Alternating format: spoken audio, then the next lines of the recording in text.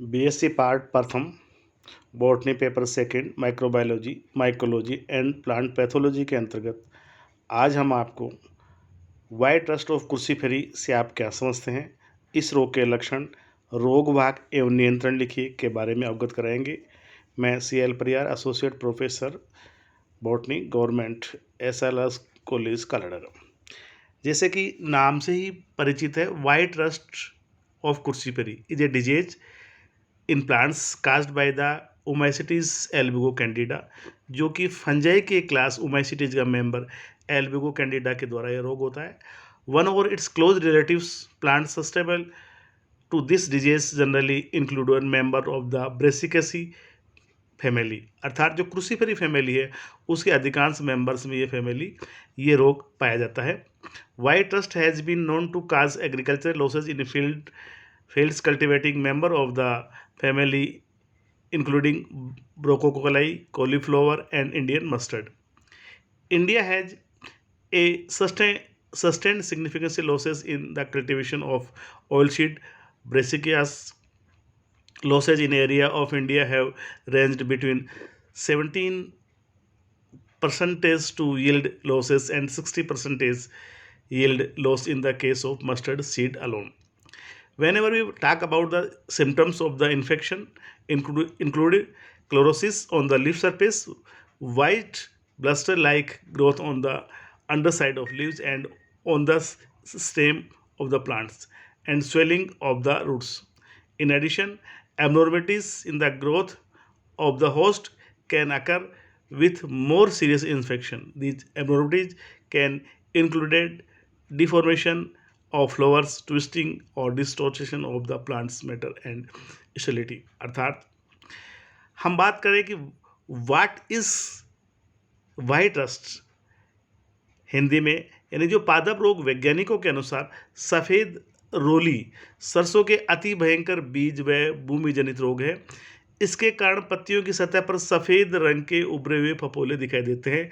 फफेलों के फटने पर सफ़ेद चूर्ण पत्तियों पर फैल जाता है। पीले रंग के धब्बे आपस में मिलकर पत्तियों को पूरी तरह से विकृत या ढक लेते हैं। इससे पुष्पीय भाग व फलियां पूरी तरह से विकृत हो जाती है, जिससे फलियों में बीज नहीं बन पाते हैं। इस रोग का जो मुख्य रोगवाहक या पैथोजेंस है वो है एल्बिगो कैंडिडा, जो कि क्लास ओमाइसिटी का मेंबर्स है। अगर हम इसके सिम्टम्स की बात करें तो देखिए आप लीफ में किस प्रकार से इसके इन्फेक्शन देखा गया है। और इसके अगर सिम्टम्सों का हम वर्णन करें, यानी इस रोग के जो प्रमुख लक्षण हैं उन लक्षणों की बात करें तो इसमें पत्तियां की निचली सतह पर अलग अलग प्रकार के स्पॉस्ट या पस्चुल अथवा सोराई बन जाते हैं, जो रेज और वाइट शाइनिंग या 1.2 mm व्यास वाले होते हैं। ये स्पॉट या फफोले ब्लास्टर विभिन्न प्रकार के होते हैं, जो एक दूसरे से मिलकर अनियमित या इरेगुलर आकार के स्पॉट के रूप में दिखाई देते हैं, जो रस्ट के समान होते हैं।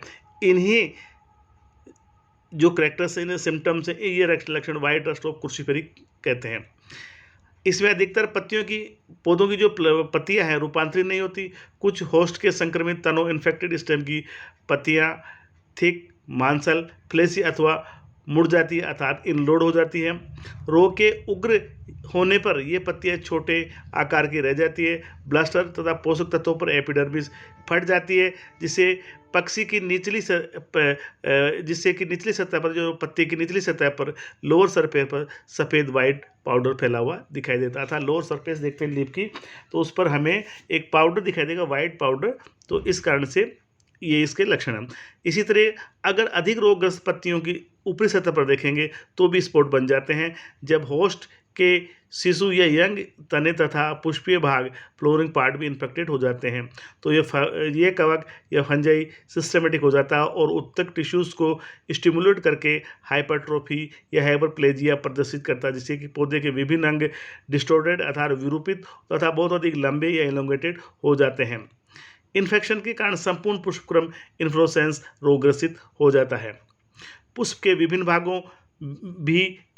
भी प्रभावित हो जाते हैं। इसके कारण से इसका एक्सिस कई गुना मोटा हो जाता है, अर्थात डिटरमाइनेशन आ जाता है, कुरूपता आ जाती है और अंत में फ्लोर का बनना भी बंद हो जाता है।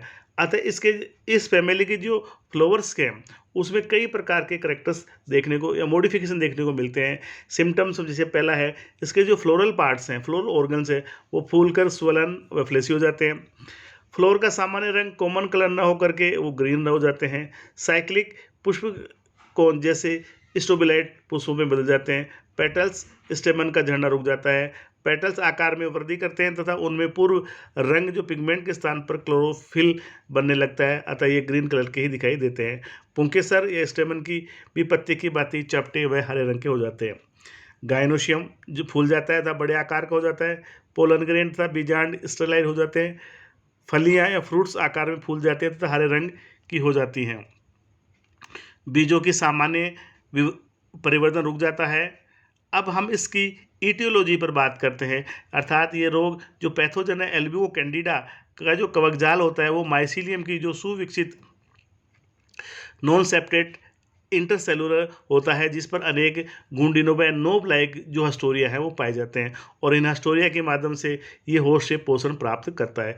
कवकजाल की एपिडर्मिस के ये नीचे बनते हैं जो अनेक छोटे सीधे आधारीय शाखित कोनिडोफोर्स पर का निर्माण करते हैं। इन जिस पर बेसिपिटल सीक्वेंस में इन कोनिडोफोर्स पर बेसिपिटल सीक्वेंस में अनेक कोनिडिया चेन्स में बनते हैं जो एक दूसरे से बीक जैसी संरचनाओं से पृथक रहते हैं। स्पोटों द्वारा पोषक एपिडर्मिस पर दबाव पड़ता है जिससे कोनिडिया पत्ती की सतह पर बाहर निकल जाते हैं।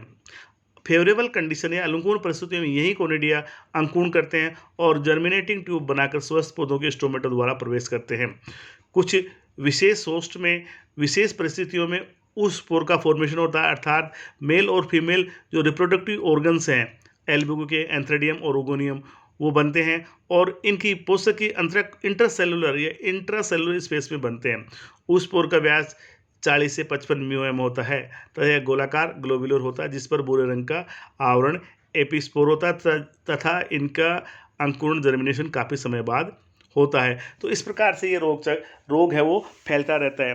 अब हम इस रोग का नियंत्रण किस प्रकार से कर सकते हैं? डिजीज कंट्रोल और मस्टर्ड, अर्थात इस रोग के नियंत्रण के लिए निम्नलिखित उपाय हमें करने चाहिए। सबसे जो प्रथम है वो है क्रॉप रोटेशन, अर्थात फसल चक्कर अपनाना चाहिए। अगर जिस खेत में हम ये फसल कर रहे हैं उसमें एक साल में दूसरी फसल बोनी चाहिए और फिर नेक्स्ट 2 ईयर बाद में वो फसल दोबारा बो सकते हैं, तो लगातार वही फसल वहाँ पर नहीं बोना चाहिए। स्वस्थ बीजों का जो कि रोग रहित हो वो बोना चाहिए या सीड के रूप में काम में लेना चाहिए।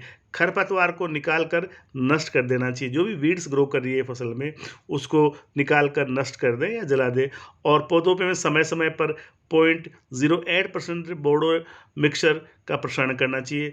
रोग प्रतिरोधक किस्मों को भी बोना चाहिए। ये कुछ मेन करेक्टर्स हैं। जबकि हमारे यहाँ पर खेती के लिए कुछ एग्रीकल्चर्स हैं जो ये भी कहते हैं, कृषि विशेषज्ञ के मुताबिक सरसों में आए सफ़ेद रोली के रोग के बचाव के लिए किसानों को डाइथिन M45 2 ग्राम प्रति लीटर के हिसाब से 1 हेक्टेयर में करीब 600 लीटर पानी में घोल बनाकर छिड़काव करना चाहिए या मोनोप्रोटोफॉस 1 मिली लीटर एक पानी के हिसाब से प्रति हेक्टेयर के हिसाब से घोल बनाकर दवा का छिड़काव करने से इस रोग में छुटकारा पाया जा सकता है। तो इस प्रकार हम देखते हैं कि आपके जो इस बार जो प्रश्न आने वाले हैं वो ये पेपर 33 नंबर का होता है, तो आपको 3 प्रश्न इसमें करने होंगे, 1 प्रश्न 11 नंबर का आएगा।